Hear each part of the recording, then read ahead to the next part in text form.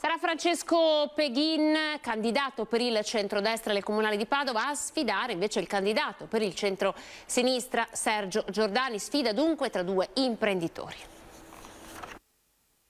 Nessuna intervista, almeno per ora. Una campagna elettorale che prenderà il via domenica in forma diversa e non in presenza. Il Covid non lo permette. Francesco Peghin scioglie ogni riserva e scende in campo, affidando l'ufficialità della sua candidatura, nota da mesi in città, a un comunicato. Mancano poco più di 4 mesi alla scadenza dell'attuale amministrazione comunale di Padova. La città, che chiede di ripartire dopo anni di problemi non risolti e difficoltà economiche e sociali generate dalla pandemia, ha ora un'alternativa concreta di governo completamente nuova. Domenica prenderà infatti avvio ufficialmente la campagna elettorale di Francesco Peghin per diventare il nuovo sindaco dei padovani, che vogliono una città alla loro altezza e all'altezza del futuro che meritano tutti, a cominciare dai giovani. Nessuna frase in prima persona, l'annuncio di una partenza diversa, a distanza, precisa lo staff, e in una forma che si scoprirà. Imprenditore, presidente di Confindustria nel 2007, presidente del Museo della Medicina, una passione per lo sport che lo ha portato alla guida di Assindustria Sport nel 2002, Peghin si racconta soprattutto come padre e marito. Una candidatura discussa nel fronte del centrodestra che la sta supportando da mesi, oggetto di una discussione all'interno di quello che potrebbe essere il partito di riferimento, la Lega, con dissidi e malumori alla base della possibile espulsione del sindaco di Noventa padovana Marcello Bano. Una candidatura che trova l'appoggio delle forze moderate della coalizione. Peghin ha però scelto di dare il primo colpo di clacson da solo, senza partiti alle spalle, presentandosi così. Inizia la maratona più bella, quella verso il futuro di Padova. La morte di Carlo Alberto Conte, 12enne, colto da un malore mentre stava affrontando una gara di atletica a Vittorio Veneto. Oggi, pensando a lui, ha scritto anche Marcel Jacobs, il re dei 100 metri alle ultime Olimpiadi di Tokyo, che ha ricordato così il giovanissimo atleta padovano. Sono veramente addolorato e colpito, anche perché un po' mi rivedo in Carlo Alberto, nei racconti dei suoi compagni di classe, dei ragazzi del primo livello delle Fiamme Oro. L'ultimo saluto a Carlo Alberto sarà fissato una volta che saranno completati gli esami da parte della professoressa Basso, docente dell'Università di Padova e tra le massime esperte di cardiopatologie e morti improvvise. La data possibile del funerale però potrebbe essere quella di martedì pomeriggio alla Basilica del Santo. E numerosi cittadini, rappresentanti istituzionali, studenti hanno partecipato questa mattina in via del Rigo 2 a Carpanedo alla posa della pietra d'inciampo dedicata a Vittorio Bassi, veneziano arrestato a Mestre e deportato nel campo di sterminio di Auschwitz. Un omaggio per la prima volta anche in terraferma del percorso della memoria.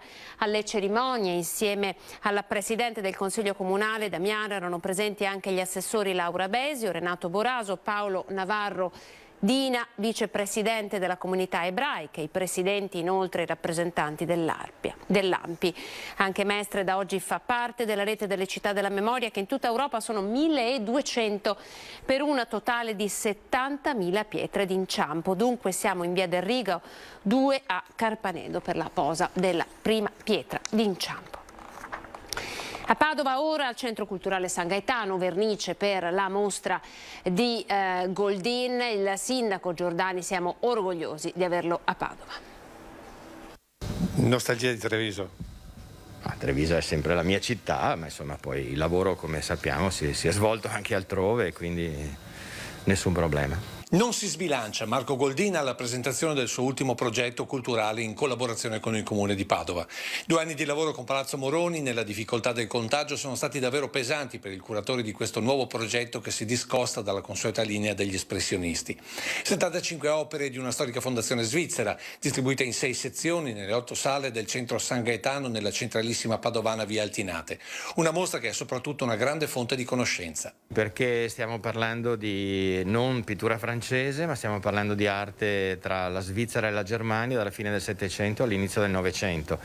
Quindi sono grandi artisti ma molto meno conosciuti dal grande pubblico, quindi il desiderio è naturalmente quello di presentare qualcosa di diverso e che la gente venga qui a Padova al centro San Gaetano a conoscere queste cose. Unici capolavori come le bianche scogliere di Rügen, dipinte nel 1818 da Friedrich Caspar, esempio di romanticismo teutonico, fino ad arrivare alla Valle Incantata della Svizzera di Giovanni Segantini, dove si vedono chiaramente i tratti dell'espressionismo tanto caro a Goldin e che richiamano i successi degli esordi di Casa dei Carraresi. Successi che tanto facevano invidiare l'allora cittadino Sergio Giordani. È ancora invidioso?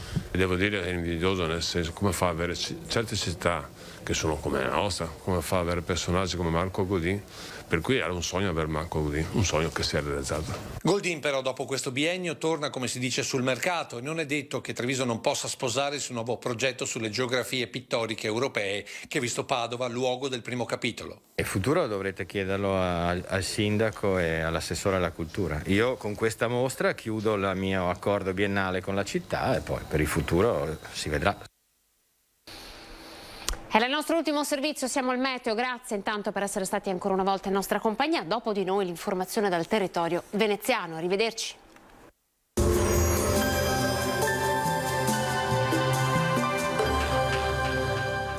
Benvenuti al meteo. Tempo stabile, ma la tradizione dei giorni della merla sembra proprio non verrà rispettata quest'anno. Infatti il periodo generalmente più freddo dell'inverno è tenuto sotto scacco da un anticiclone, tutt'altro che gelido. Vediamo la situazione nel dettaglio. Sul Veneto sabato 29 gennaio sarà una giornata asciutta, al mattino cielo inizialmente nuvoloso in pianura e in qualche valle prealpina con foschie e nebbie, ma in diminuzione fino a cielo in prevalenza sereno o poco nuvoloso nel corso del pomeriggio. Dalla sera ancora riduzioni della visibilità.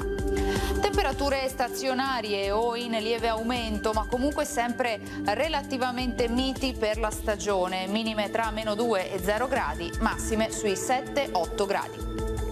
Spostiamoci ora sul Friuli Venezia Giulia, qualche addensamento anche in questo caso in mattinata a causa di nubi basse. Andrà meglio con più sole con il passare delle ore.